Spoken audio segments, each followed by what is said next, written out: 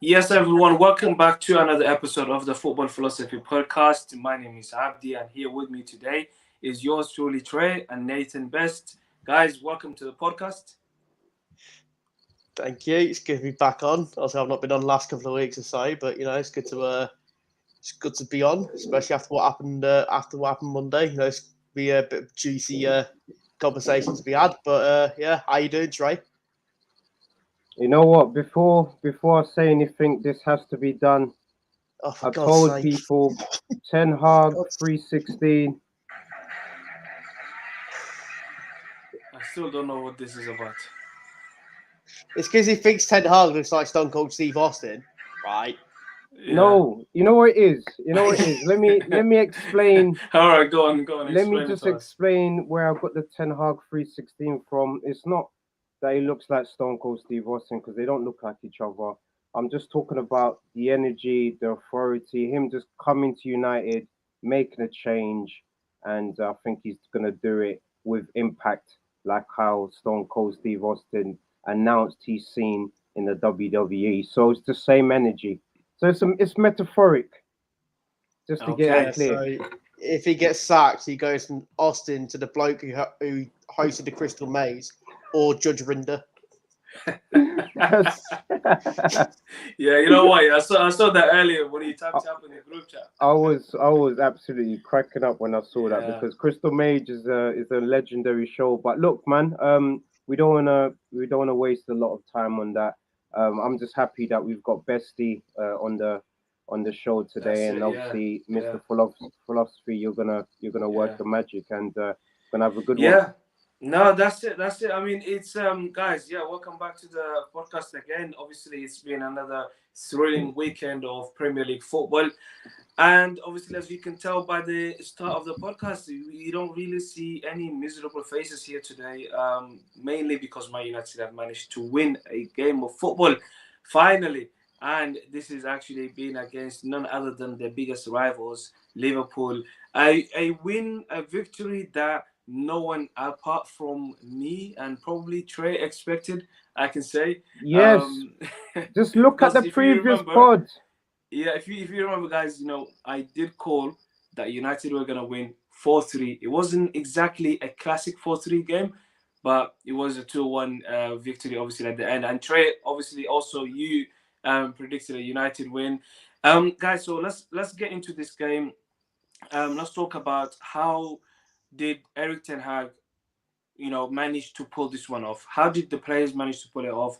It is a shock result at the end of the day. So how did it all come about? Was it just down to the decisions that Eric Ten Hag made, or was it partly down to, or was it all down to the players and the spirit that they've put in, or was it just a fact that the fans were just angry and they wanted a result and they really pushed the players? Let's analyze all of it, guys, and let's get into it. Uh, I'll kick us off. In terms of the fans thing, the fans are always going to be up for a derby anyway. Obviously, that can play a factor. But I think what United did and what Ten Hag probably looked at is that the first two games Liverpool had this season, and this is a recurring theme also from last season as well, is that teams have just sat back against them, and they've just deployed sort of like just have pacey players ready to break on a counter attack. You know that their defense isn't going to be like coming back anytime soon if you try and break. What I noticed from the first sort of so literally from the first minute though is the intensity what United's defense had and the entire team had. Obviously, Martinez goes into the back of Salah. It's a sort of challenge to sort of you let your opponent know that you're there, sort of thing. You're not gonna take any sort of like shit from them. What I kept noticing was is that like he had sort of McTominay sort of in there, sort of winning the ball back along with Martinez, just giving the ball to like to say Ericsson or Bruno, and then it was just one pass in behind, done. One pass in behind, done. And you see with the second goal as well, Martial nicks the ball, and it's literally then a 2-on-1 situation. United counter pressed very, very well during the whole game, and they literally took advantage of the fact that Liverpool are getting found out. I think now with certain teams as well. Certain teams know you just sit back because they can't break you down. Like Liverpool can't break them down whatsoever. I think what was really evident was that when um, we we sort of sat there like over the past week, I think, and sort of questioned the mentality and the attitude of some of the players. And obviously, you see the result. You see the what the reports about Ten Hag getting the players in to run 113 kilometers or whatever it was, or 13 kilometers, like whatever the number is. I don't think it's 113 kilometers. I think that's quite too much. I think it's like 13k, like 13k, because they that's how much Bournemouth ran more than them, or something like that. So he got him in, and people were like, "Oh, he's being too harsh on the players." But then you literally see the results, the beneficiary of that on Monday, because they know now they can't drop the standards. You need to be at it every single game if you want to play for Eric Ten Hag. Say if the weekend against Southampton, say if Man United lose and a similar thing happens to against Brentford, you can expect those players back in training, working their arse off, trying to get in their good books again. But in terms of games against Liverpool, although United conceded most possession, ideally, I think United made more possession they had than Liverpool did. I can't remember Liverpool sort of challenging De Gea at any point. So apart from the goal, I think there was a couple of saves here and there, and obviously the Bruno clearance which smacked Martinez right in the chest. But that was going on there?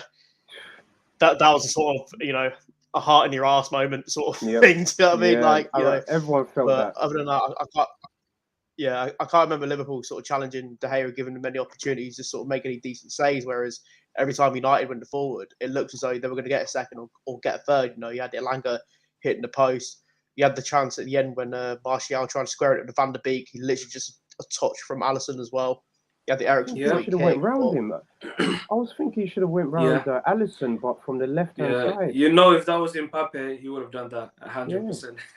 But I would say United from the get-go, they showed more attitude, more desire to win the game. And I think it's concerning for Liverpool when this current Man United team is outrunning you, if that makes sense, and outplaying you, because that sort of sends a bit of warning signs to Liverpool, in my opinion. But to you guys, that's what I thought anyway. So yeah, excellent. I mean, I'm gonna come back to you on a few points that you made there. Trey, the floor is yours. Go for it. How did the Eric Ten Hag pull this off? Yeah, just obviously massive shout out to Ten Hag. For keeping his cool. I've been keeping a lot. I've been sort of keeping up with the build up, and just as you would, you look at statements and conferences, and one of the things that caught my eyes. He said that he's going to stick to the plan, and it's about you have to sort of fight into the season. So he already sort of initiated that this is obviously going to be war against Liverpool, and you could just tell that the players, compared to the game against Brentford and obviously Brighton, they just played with passion. It looks like the boys played with Jesse, man, good timing, good timing. Yeah, the boys just played with passion, of course, and grit. And look, I don't know if you guys saw it, but when the final whistle blew and the camera sort of went on Martinez, did you see his passion? He was beating the floor, and he was just, I love that energy, and I just feel that the boys, can really look at this result and see it as not a foundation, but they could see this as, look, this is what we can do if we work and we run, because that's what they did. All they did was play for the badge. They ran much more than they have been for the past two games. Yeah. And there was a system that they followed, and they executed it. So massive shout out. Obviously, I'm sure De Gea's upset. He probably felt that he should have had a clean sheet, but collectively, he the deserved boys. I'm happy with the back five. I think that's the back five moving forward. I think that brings balance. I love the energy and the connection between everyone when tackles were made. Seeing high fives, I'm seeing hugs. I'm like, yeah, I like the energy. So I'm just hoping that the boys could, savor that energy and follow that through against Southampton over the weekend. Okay, well, yeah, thanks for that, Trey. We've got Jesse joining us now. We were just talking about how did United manage to pull this off. Obviously, Nathan, shared his thoughts with us, where he said that obviously you could see from the get go that with the challenge of Martinez and the shoulder badge with Salah, that they were really on it. Like we're here to fight you. We're here to show the desire to that we can come back. And obviously, you heard what Trey was saying. How much of it was down to just the team spirit or the manager's decisions, or just overall, what did you make of it? Yeah, I think everything you just said is correct. The starting lineup was brilliant. He got that right. And then straight from kickoff, the aggressiveness in the press, in winning the ball back, and even when they didn't win the ball back, like the stopping, like the fouls, just the overall intensity was something we've not seen in God knows. I can't even remember, to be honest with you. I was watching the first half, even before we scored the first goal. I felt like we was going to win it. I did, because I've never seen that. Not never, obviously, but I haven't seen that type of desire and intensity in ages. And what did you make of the new signings? I'm still stunned. What did you make? Everyone's stunned, man. Everyone's stunned, but this. They were all brilliant. Martinez was brilliant. I thought he was man of the match. To be honest, he was brilliant. Varane played really well.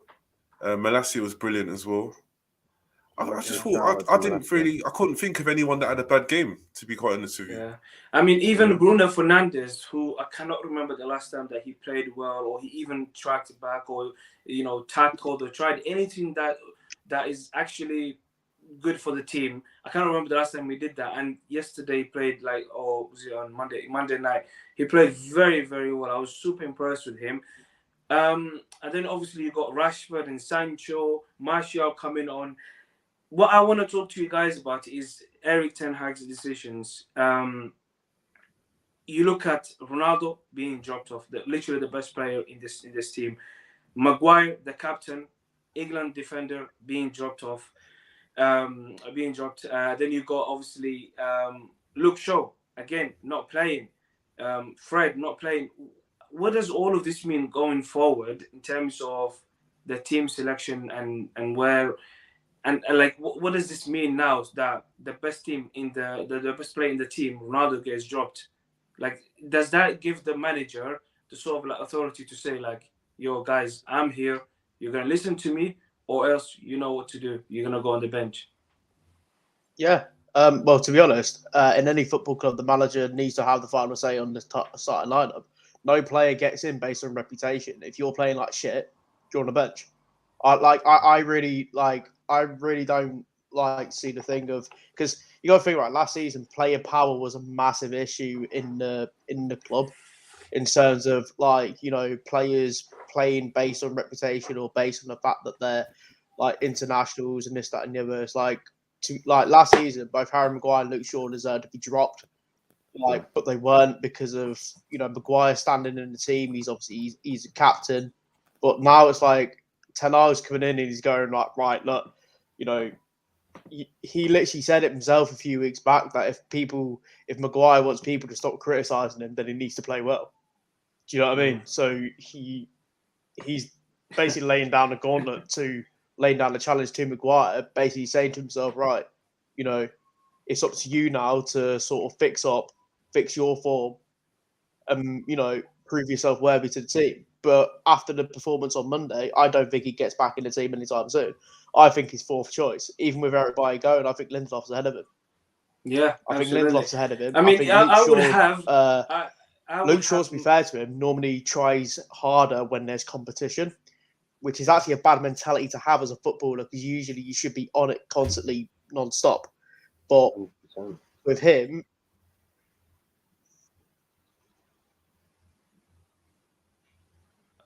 is it just me, or can you guys not hear him as well? Yeah, I can't hear him. Can't hear Nathan. Can't hear you. Yeah, Nathan, we can't hear you. Yeah. I think he's gonna join us again Yeah. once his But connection is better. I think my I'd sound's add good. to what you said. Oh, okay, cool. Go on, continue, Yeah. Nathan. Yep. Still there? Oh, me. Yeah. Alright, Still Yeah, there. we can hear Yeah, you we now. can hear you. hello? We can hear Can you you. hear me now? Yeah. All set. Okay. Yeah, just go on. Yeah, go on, just.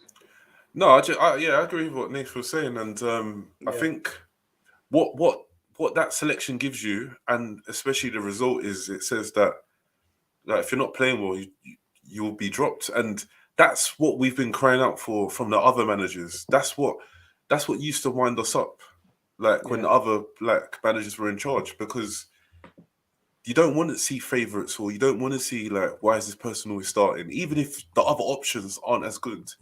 I still want to see change when there's a bad result or there's bad results, or if someone is out of form, get them out of the team, and it's beneficial for that person too, because they need to be shown that okay, Yeah.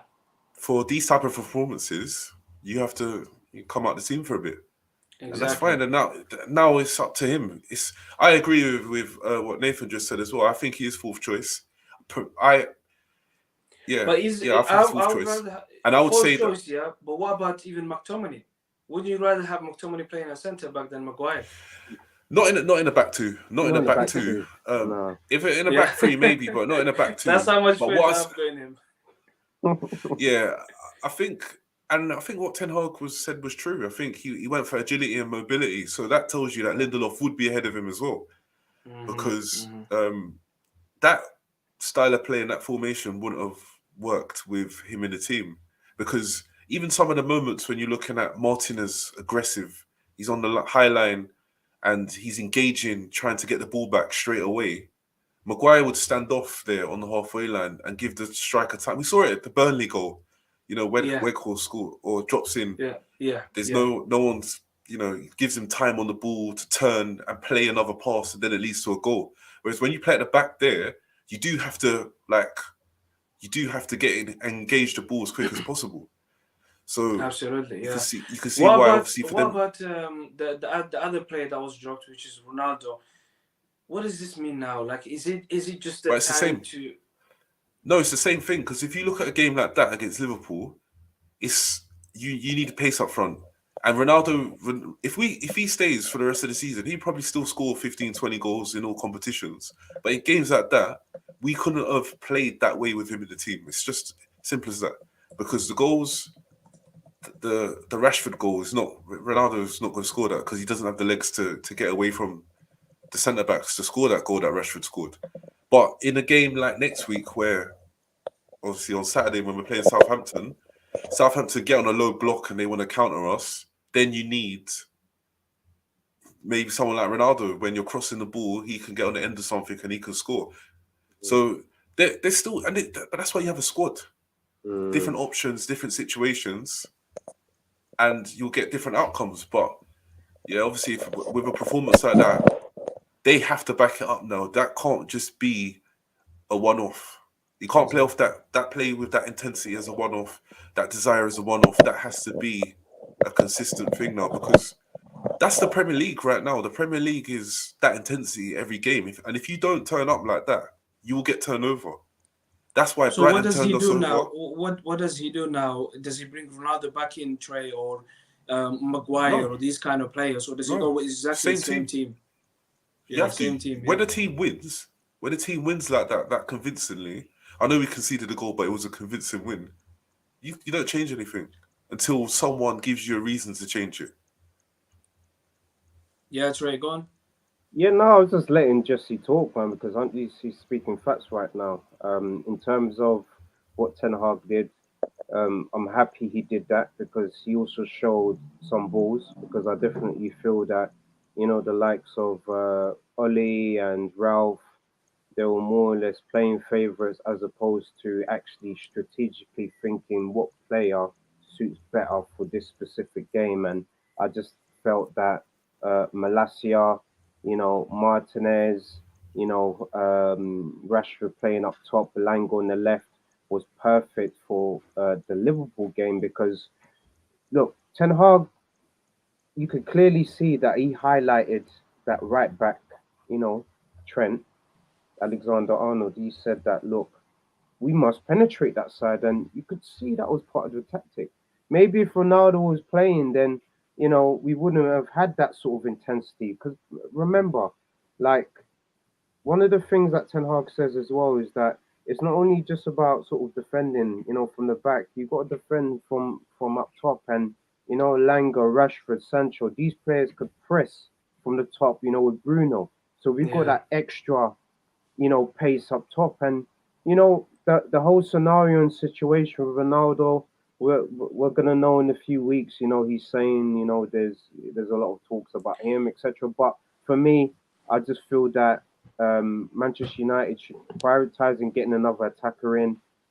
Sort out that Ronaldo situation. So if he is leaving, exactly. let him go, and we can build. We can start. This is a new era right now. As much as I love Ronaldo, I would love for him to stay. We experienced some great moments last year with him. I've seen I was able to sort of see his last minute goal at Old Trafford, for that Champions League game. So we've got this emotion, man. But I think moving forward, we need a young, hungry team that's going to be ready to put in the shift, and we got to see these performances week in, week out, and we're going to need a full squad.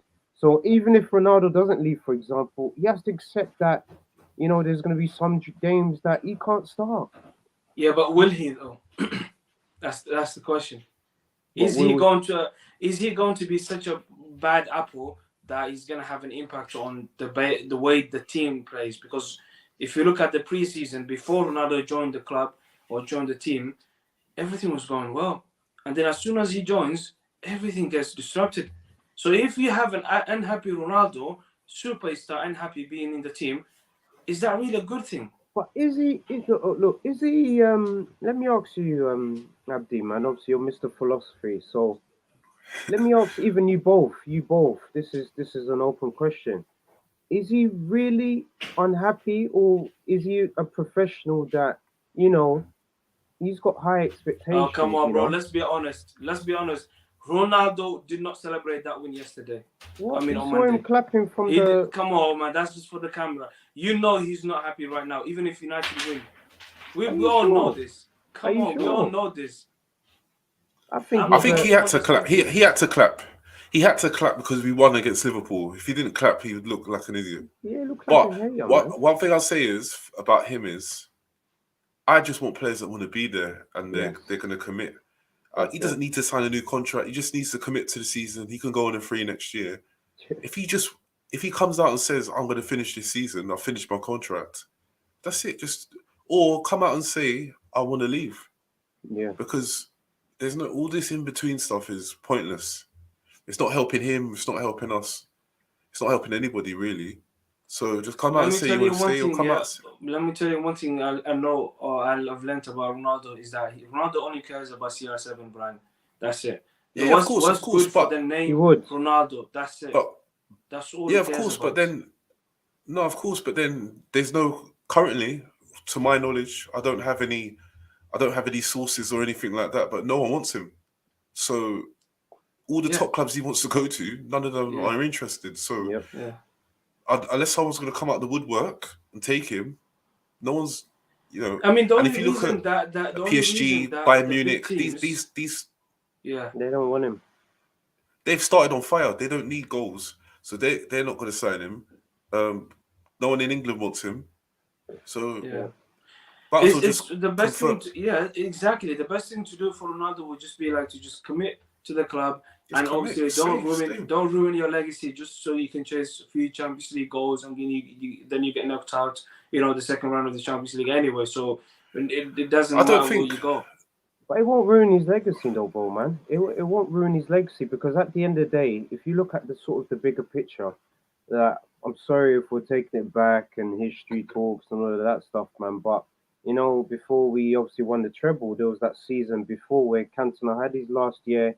One of his goals was to help United, win the title. I'm not saying that Ronaldo's gonna help us win the title, but a statement before he leaves would be to make sure that we're Europe proof. So help us qualify for the Champions League, or win Europa. That would be a nice little statement for him to just say, you know what, I've done my part.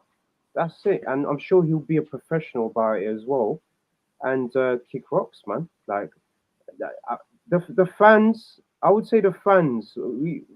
We obviously know that Ronaldo is a legend, and he clearly wants to play Champions League football because of his sort of desires, let's say, which is But natural. yeah, but the But fans want committed commitment, players. yep, That's it.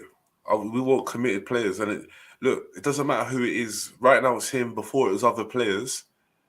We just want committed players that want to be at the club, and they're going to play like they did on Monday with that level of desire and hunger. That's all yep, you want. If they're playing like Elanga missed, he hit the post, or there's other guys missed chances, but that doesn't bother me if you're going to play with that level of hunger and intensity in your game. trust me. No, I So agree with that's you. Absolutely. that. I That's all Absolutely. agree we with want. you. All we want is that level of hunger and That- desire. We just want Yeah, guys that's that's just it. playing for the badge. That's it, man. That's Just it. forget That Yeah, about I mean, if understands you that, guys like, playing. remember what I was saying, the last episode was, you have to expect some sort of a reaction because the way they played against Brentford was obviously unacceptable. So it was gonna be against Liverpool. They were gonna be up for it, but now, like Jesse said, and Trey also mentioned this earlier, that the real test is against Southampton. We will be able to see if this was just a one-off or if it yeah. was the start of something really special under Yeah. the Ten Hag era. And remember this, guys, the last time that we won in St. Mary's, can anyone remind me? Martial, Ooh, Martial, innit? Marshall Martial. year, yes, 2017. Wow, really? 2017-18, yes. Yeah, they are When bogey team. that We've when he gone. chopped, do you remember when he chopped Van Dijk? Yeah, man. Yeah, yeah. Of Was course, I that remember that. season, or was that the Van? Was that the No, Louis the Van Van Gaal Persie season? That season was the was Van before Dijk. that. The Van Persie season where Van No, Persie Van scores Gaal. two I mean, goals. Van Gaal. No, Van Gaal season. Then Van Persie scored 2 goals in that season. Remember in St Mary's, one off his No, I shoulder. think no, the 15-16 season when he chopped. That was when he chopped Van Dijk. I think 15-16. Yeah, Not Yeah, that's 15, um. that's the one. 16. Yeah, so 15, basically, Van 16. Gaal was there for 2.5 seasons. His first season, Van Persie scored 2 goals in St Mary's, and then his second season, Marshall scored 2 goals, and I believe that Mata got one of the other goals, if I'm not That was mistaken. 7 years ago. Yeah, that's how far. So it was either That's how long ago it 6 years is. ago. either Sorry. a. Yeah. I mean, I could be No, wrong 7, about 10. this, guys, but I think No, I think it's 7. Yeah. I think yeah, you're right. You know, it could be. I It could be wrong was a about this, while but I back. think that But was the listen, last time that but this United game won is there. more, Yeah. and it's more important than the Liverpool game now. That's done. We need to move on. But Yep. then players need to. We've seen it from the other games this weekend. The Newcastle game, the Leeds game. There's no easy games in the Premier League right now. Yeah. There's no easy games in the Premier League right now. All these teams are playing with hunger and desire. And if you don't have that on the day, it's not going to be enough for you. And Southampton are going to be a pressing team. They've just won Yeah, an away 100%. game against Yeah, they're Leicester well City. drilled. They're Yeah, well they got drilled. Shea Adams back as well. They press So, 4-4-2. I think They're they gonna might have break. Salisu back as well for that Yeah, game. I'm not surprised. Look, Yeah. we're Yeah. gonna play a Yeah, it's very, it. very good And it's a mi- Southampton and side. And even worse, it's a lunchtime kickoff. I hate those games because 12:30. Yeah, the players- BT the have to players listen to always- Man.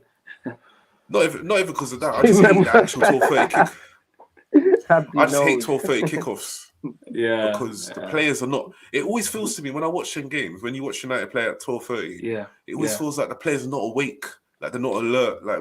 It's always I a think- fixture that we've not really done well in over Yeah. the years. Right. Sometimes, but Yeah. We always But yeah, tend to play in Southampton either Sunday 2 p.m. or Saturday 12:30. Maybe that's the reason why we don't win there. So let's move on from United because I can hear the Arsenal fans probably crying for some attention right now. Right, guys. So we've got Arsenal Bournemouth next. Let's talk about that. How good was that game? Did you guys catch any of the goals, the highlights? Did you watch the game live? yeah, they were very good. They were. You have to be honest. You're seeing. And I think it's interesting because even some Arsenal fans, they won't admit it now, but they were screaming Arteta out. They wanted to get rid of him. Yeah. They wasn't trusting the process, all of that stuff. Yeah. They weren't on the bandwagon, but now they are. Them same people are. But it is working at the moment. And you can see every transfer that they've made now is starting to make sense. And look, okay, of course, Pepe was a dud. It hasn't worked out. But if you look at the rest of the transfers they've done, they've all worked. Most of them have worked, With and they're Arteta, adding. yeah, Yeah. yeah. You look at the rest. Ben White's been a success so far. So has Ramsdale. Tomiasu's been good when he's fit. Partey's been good. You have to look at Gabriel Martinelli, as well. not Martin. Sorry, Gabriel. Sorry, Odegaard. Saliba's, Odegaard. They're doing well. They look worrying. I'll be honest with you. Yeah. They actually look like they can actually. But what about I think they'll get top. The main guy, Gabriel. I think they'll get top 4. He's been quality, and he's come of age now. You can see that when he's come to Man City, he was a kid, wasn't he? He was a kid. He was still green. He was still raw. Now he looks like someone that understands the Premier League. Yeah. And he's looked unplayable these first few games, and he's doing everything. The ball's coming into him. He's holding it up. He's driving at people. He's running at people. He's beating people. He's running in behind. He's linking play. He's doing everything you want a number 9 to do. And that's looking like good business already. But also, it helps trade. You know, when a striker doesn't have to worry about the goals.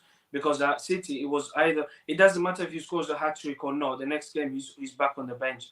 Whereas, right now, Arsenal, he doesn't have to worry about that. He's the main guy. He's just relaxed. He's enjoying his game. And, you know, you could see, like, he doesn't have to... When he's not worried about the goals, you could see what a quality player this guy is. And, yeah, go on. Yeah, no, you're 100% right with your assessment of Arsenal, and also Jesse's right with what you're saying as well in terms of them, doing good business. I think they've obviously been very successful in the market, especially this window, and also last window as well.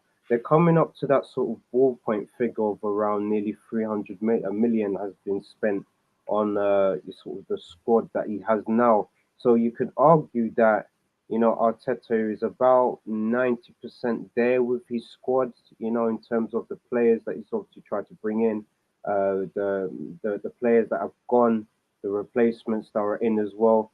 So look, I definitely feel that they're in contention for a top 4 battle. For me, look, I've said this on a number of occasions. I just think that Arsenal can keep improving this team, and they could, keep investing. I just think that, Arteta, for me, moving forward, isn't the man that could take Arsenal from one point to that next level, which is, Europe-proof Champions League. I just don't think he's the right man that can do that. But he has a very good chance this season, of, delivering this and proving me wrong. I think it's tough. I think to be Europe proof in this Premier League at the moment, that's extremely tough because United, Chelsea, Spurs, and Liverpool as well. You're competing with a lot of serious teams. Brighton. So to guarantee top 4 every season right now is not. This is not like the 2000s when you weren't really competing with anybody else. It was easy to get top 4. It was more about, can you finish in the top 2? Can you challenge for the title? That was the actual question. Whereas now I think it's more difficult than ever to finish in the top 4. Yeah. But having said that, I do look at their squad. It's early days, and they capitulated at the end of last season. And if you look at really not being in Europe, they should have got top 4. But we have to see what happens. Right now, they're winning the games that they need to be winning. And they're winning them convincingly as well. Yeah, and they have Fulham at home next game. I'm expecting 6-0 in that game, honestly. Yeah. They're playing. I don't know, but don't know about 6-0. I think they'll win. But one thing, Fulham are going to come in for a fight because they've obviously just been knocked out of the Carling Cup as well, man. So I'm sure they're looking. They're looking at. He's still calling that Carling Cup, yeah. I know that's showing his age. Showing my age, man. You know, for a second, back in the day when they used to call it Coca-Cola. I said it. You know what? I said it so Coca-Cola casually. Coca-Cola Cup, Worthington Cup as well. The Milk Cup. Milk. So yeah, man. But I said it so casually to the point where I didn't even realize, man. They obviously got knocked out of the Carabao Cup, yesterday. So I'm sure they're gonna be thinking about a bounce back. And look, Arsenal. They're doing really well right now. They're on momentum. They're the best point that it can be. And do you know what? Yeah, Do you know what? They're playing this well without Saka, their best player from last season, even stepping up this season. That's how good they are. Imagine when Saka actually finds a bit of form and he's back, he's scoring goals, assisting. Right now, it's obviously about Martinelli, Jesus, But it's less Odegaard, and pressure on the boy, man. yeah, The way you Exactly. have exactly. It's to less They think pressure. about it, it's just overplayed less him a pressure. lot. They Yeah, overplayed they him, innit? overplayed him. Yeah, Remember, But yeah. he's even still. But I love they've watching Saka play, man. but they've even been linked with Pedro Neto now. So if they get that over the line, that's even Oh, more competition for Saka, and it takes a bit of the pressure off him. Yeah. yeah, Listen, they've put themselves in. It's a very good start. It's early. It's early days. They haven't played any of the big teams yet. So whereas you look at Chelsea's already played Spurs, we've already played Liverpool. yeah. So they haven't had a game like that yet. Even you could say City have played West Ham because West Ham are a European team at the moment. Have you Yeah, seen But what they they've haven't done had a this game like window? that. Newcastle, yeah. Have you seen what they've done this window, West Ham, man? They seem like they're playing FIFA right now. Do you know what? Yeah, I saw a post that they've signed 7 players Yeah. this summer, and I Lucas swear to Paqueta, God, though. Yeah, Lucas Paqueta. Paqueta, that's who they're linked with right now, man. yeah, I David could not Moyes. believe David it. Moyes. David Moyes said in the press conference that they put a bid in. Yep. Yeah, it's So crazy. he's They're even going- confirmed Crazy. it. But I don't even know where he's gonna play. It's like they've got Fornals, they have Ben Rama, obviously, With yeah. all the signings that they've no, made, it's a man. squad game. It's a squad game, though, Yeah. isn't I it? don't know And if you you got to can look see at that.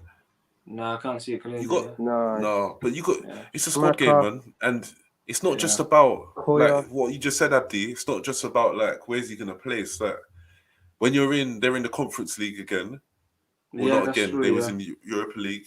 Yeah. You need what you want in your squad is to the level to not drop when you rotate.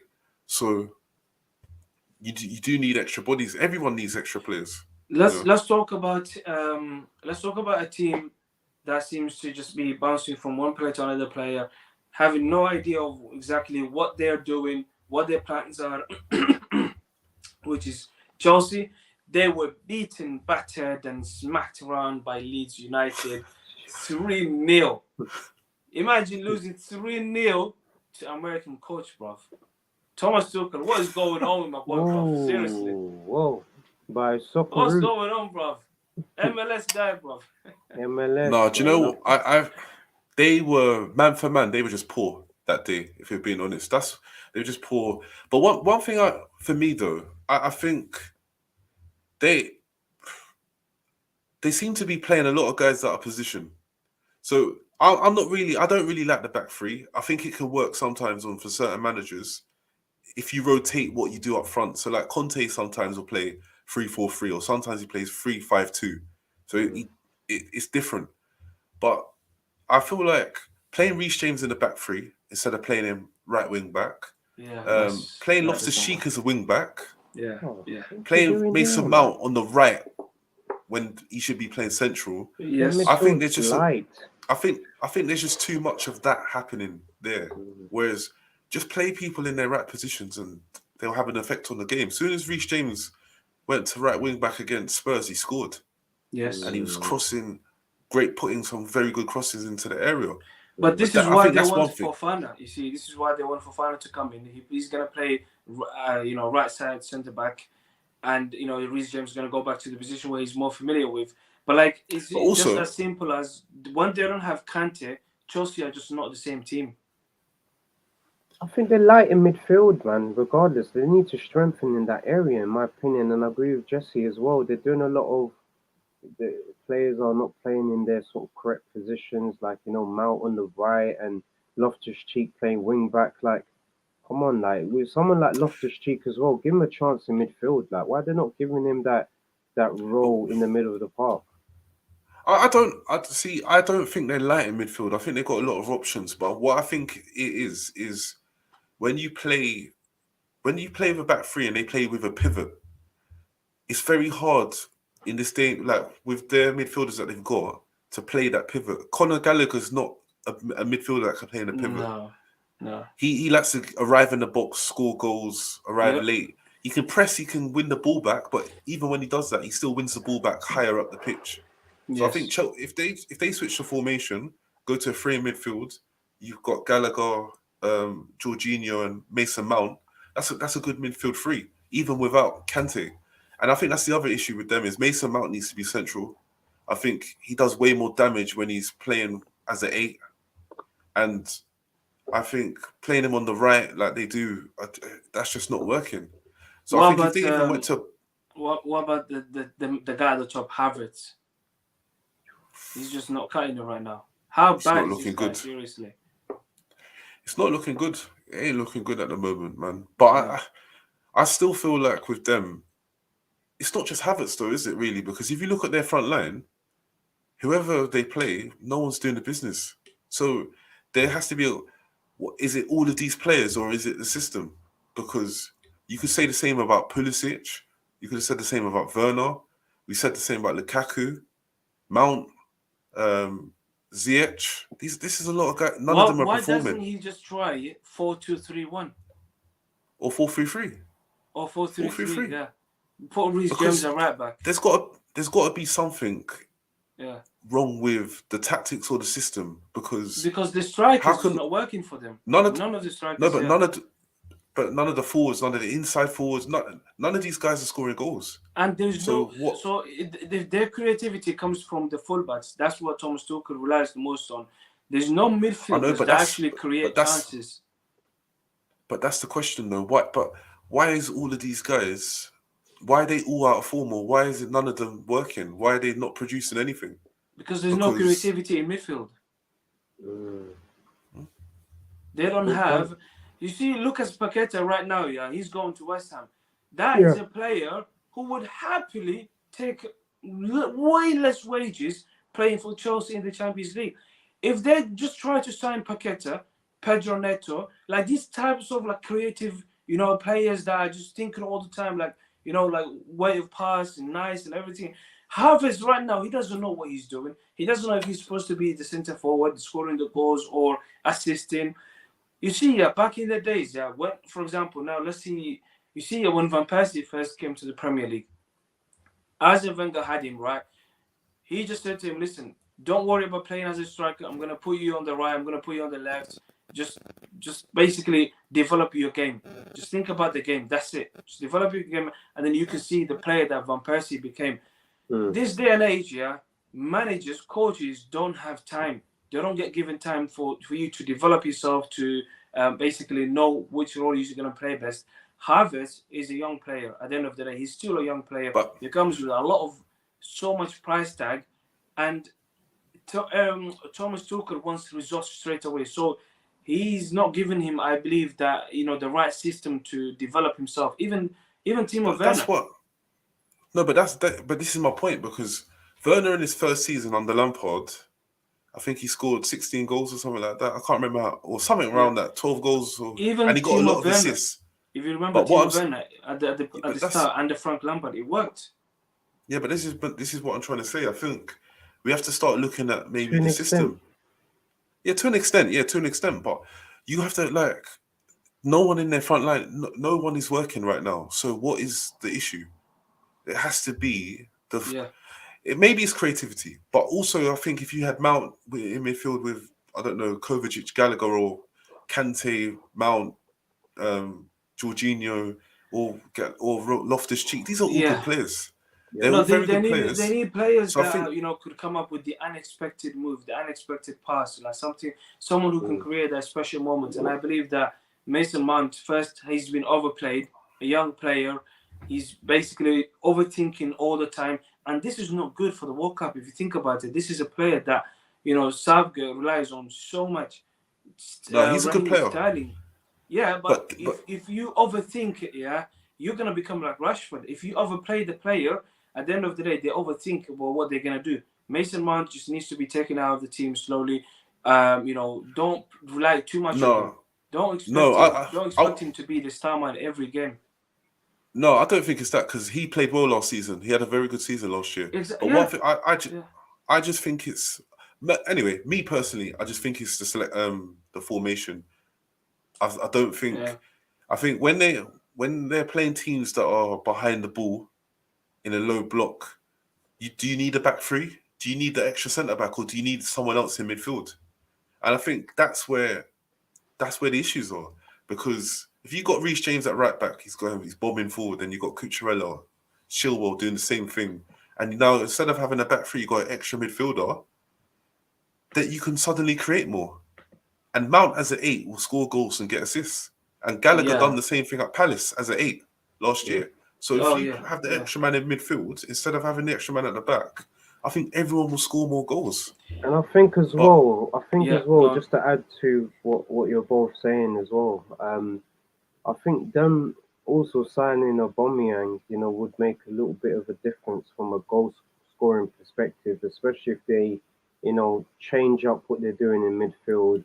Maybe, if it's a creativity is an issue, then put Mount in that 8, and at least now they've got like a target man to play off, man, because maybe Havertz playing that role, consistently game after game, maybe it could take his toll out of him, man. So maybe just switch it up, Aubameyang go in that position if they do get him, and I reckon they'll get goals. And it seems like from a striker's perspective and from a chemistry perspective, Tuchel and Aubameyang, they've got some sort of understanding. So that might work for Chelsea if they do sign him, in my opinion. But look, I think if Aubameyang comes in, he will score goals. That's a fact. He's a very good goal scorer. He proved that at Arsenal. He's scored goals wherever he's gone. But I do think if they was going to only get one more transfer over the line and it was out of him and Fofana, I think Fofana's more important and just for the same reason that I was already explaining, because you bring him in, he can play with Koulibaly in a back four. And that means that that's a back four. They can play on the halfway line now. Because that's pace. That's a lot of pace there. And now you got the extra man in midfield, and now you can cause more problems and score more goals.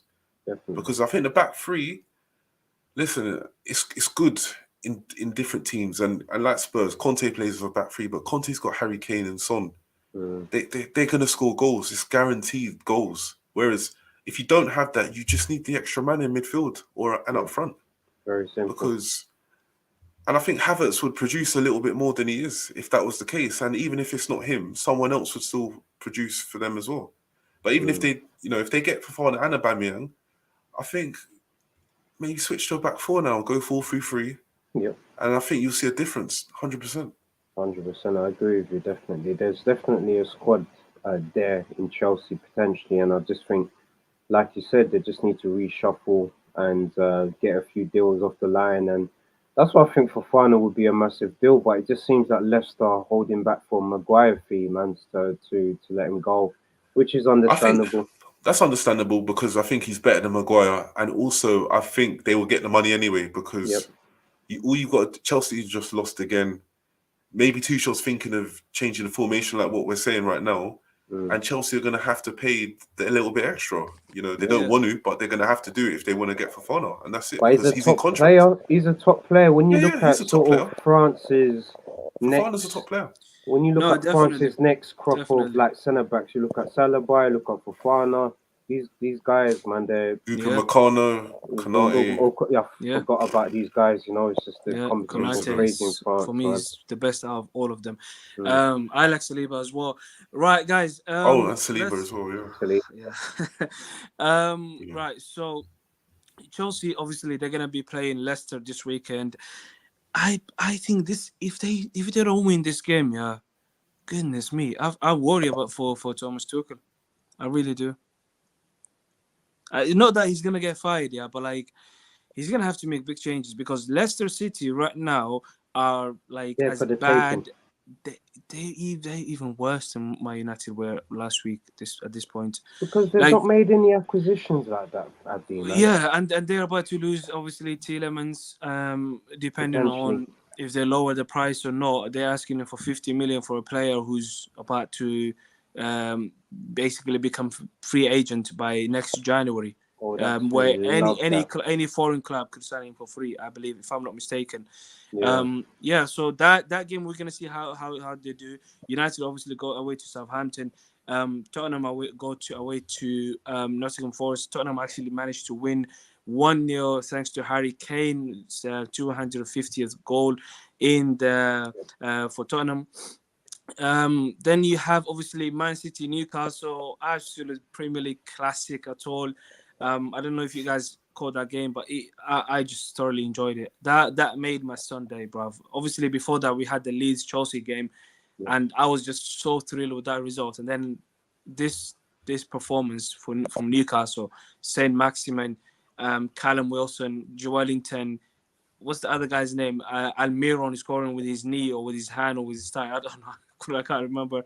It was just a Trippier free kick. It was just an unbelievable game. Just sheer grit, determination, and fearlessness. Exactly, and this is what I was saying earlier about the United Southampton game. There is going to be no easy games, and if you're not 100% up for it, if you're not 100% focused, things can happen. That's what happened to Man City. You know, and that's what happened to us Man City played well. That's what happened to Man us City played well, but they started very well. They started very well. Yeah, they started the game really well. But where they made the most sort of like use was through the fullbacks, because Kyle Walker and Cancelo were basically midfielders, and they just ran the channels. You know, San Maximin and Joelinton and Almiron just run at them every chance that they got. Obviously, they got really tired in the second half, and then you got that De Bruyne pass. How good was that pass? Yeah, I mean, come on. He's quality. He's quality. He's got that ability to do that. He's one of the best passers in the Premier League. So, I mean, the only player in the whole football world that's actually quite capable of that kind of pass is Messi. Where I've watched Messi year in, year out. There's a few, man. There's a few players that can make that. There's quite a few. It was a good look. Yeah, you got Modric, you got the likes of Luka Modric, and some other players, but like Bernardo Silva. Even Pogba is on a good day. Yeah, there's loads. No, come on, man. I'm talking about the weight of the pass. The weight of the pass, like nobody. Are you telling me, yeah? Okay. No, it was a brilliant pass. It was. What helps, with that goal is not just because the pass was brilliant. It's because Bernardo Silva knows that De Bruyne is gonna find him. They know exactly where to be when De Bruyne has the ball, and this doesn't happen by coincidence. It's by coaching. No, of course. No. Look, I'm not even trying to downplay De Bruyne. He's a brilliant player, but all I'm saying is that there's quite a few midfielders that can pick out that pass. But one thing I'll say with them is, that was great desire and fight by City to make sure to get back in that game. To be 3-1 down, a lot of teams would have folded. Their heads would have dropped. But they could have won that game. They could have even won. No. They could have won it if they had just made some changes. Because Pep basically made 0 changes that game. I think 0. I think he didn't make a single change. But he had Mahrez and Alvarez. But he probably thought, not for this game. But the thing, sometimes it's not just changes. We got to look at the game. They were playing. Everyone was actually playing well in the front line. There wasn't like no one was really having a bad game. So, and then did you see Phil Foden again ignoring Haaland? Is this gonna be an issue? Because Pep was livid. He was livid. But it's it's not a thing, because these are footballers with big egos. But this is the second time in a week. I mean, in the second week this is happening. No, don't worry, man. Where Haaland is wide open, bro. All he has to do is just pass the ball players do that, and Haaland finishes it. No, look, I know you could, and now because he didn't score, it looks like a bad decision. If he scores, we wouldn't be talking about it. So it's one of them things, man. Like, but you could tell Guardiola was not happy. You could see it from his reaction. He was not happy. He wanted 3 points. He wanted 3 points. You're going to be upset. But the only thing I look at with City, I think they're quite lucky, because judging by what we've seen so far, I think they've won. I think they're going to win the league, and I don't think they're really going to have much competition this time. You know what? If there was one team that could actually step up and challenge them, obviously it would be Liverpool. But I think Liverpool are going to have the issues this season. So they're going to they will win the league. If only Chelsea were serious or United were serious, then they would have some challenge. United and titles don't even think about that right now. We're nowhere near. We're nowhere near. Not that at the level. We're nowhere near that. But let's just look ahead to the weekend, guys. Just quick predictions. United Southampton. What are we saying? Win, draw, lose for United? I'm going for a W. I'm going for United win as well. You got Chelsea, Leicester. Who's going to win that game? I'm going for a Chelsea win. Yeah, Chelsea win. I'm going Yeah. for 0-0 in that game. 0-0. I think it's gonna be a dull, boring game. You got Tottenham, Nottingham Forest. I'm talking about like the big, Ooh, the bigger Tottenham. teams. Tottenham, Nottingham Forest. Nottingham Where is Forest it? Where is away. it going to be? Is it home Away. away? The City ground. Ooh, at Forest. That could be an Yeah. interesting one. That 1-1. could, that, 1-1. yeah, that Yeah. could be a 1-0. That smells a draw. I think Tottenham will walk it 3-0 that game. 3-0. Easy done. Harry Kane hat-trick. Yeah. All right. So the other game that we got obviously is Arsenal Fulham. Arsenal playing at home against Fulham. I already predicted 6-0 win for Is it Arsenal Emirates? that game. Is it at the Yeah. Emirates? Yeah. Yeah, it's at the Emirates. Yeah. Oh yeah, Fulham. Yeah, I don't Yeah, really trust them to do. yeah, 3-1. 3-1 Arsenal. Yeah, 3-1 as well. I'll go 3-1. Okay. Yeah. Mitrovic to get a consolation. Yeah, Liverpool, Bournemouth. Liverpool playing at home. What are we saying? Liverpool proper comeback in that game? Yeah, they should. I don't see why they shouldn't beat them. I think they'll come back. I think Salah hat-trick. I can see that game. Yeah. I think yeah. 4-0.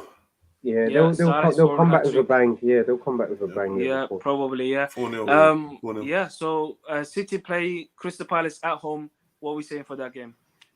Ooh, Crystal Palace is a little bogey team for them. It is, isn't it? It is. Do you remember that Townsend goal? Yeah, it's always. And they last always season have- as well. And last season, yeah, man, they're a little bogey team for them. I'll Man. go draw. I'll Draw. go for a draw. Yeah. Nah, I'm going for City win. Haaland to score a brace, Gundogan or Foden to score. So 4-1 or 4-0 for City. Wow. Yeah. Well, Yeah. Yeah, I know. I don't disagree. To be fair, like Yeah. I reckon they're angry. Haaland's probably angry as well. You want to tuck in a few, so yeah, that's definitely like him. All right then, guys. Let's see who's gonna get it right for next weekend. Yeah, guys. So I think we're gonna call it a day. Jesse, do you have any more to add? No, man. All right. Hopefully we get the 3 points against Southampton. So yeah, that's a must, man. That is an absolute must. It's a big game, man. Yeah. All right, Trey. Thank you for joining, guys. And make sure you hit the like button, subscribe, and comment. We are gonna upload. Haag 316. 316. No, 316. that's the energy, Come guys. on, man. Come on, All right, come guys. on. Love Save, that, man. guys. Save. Nice one.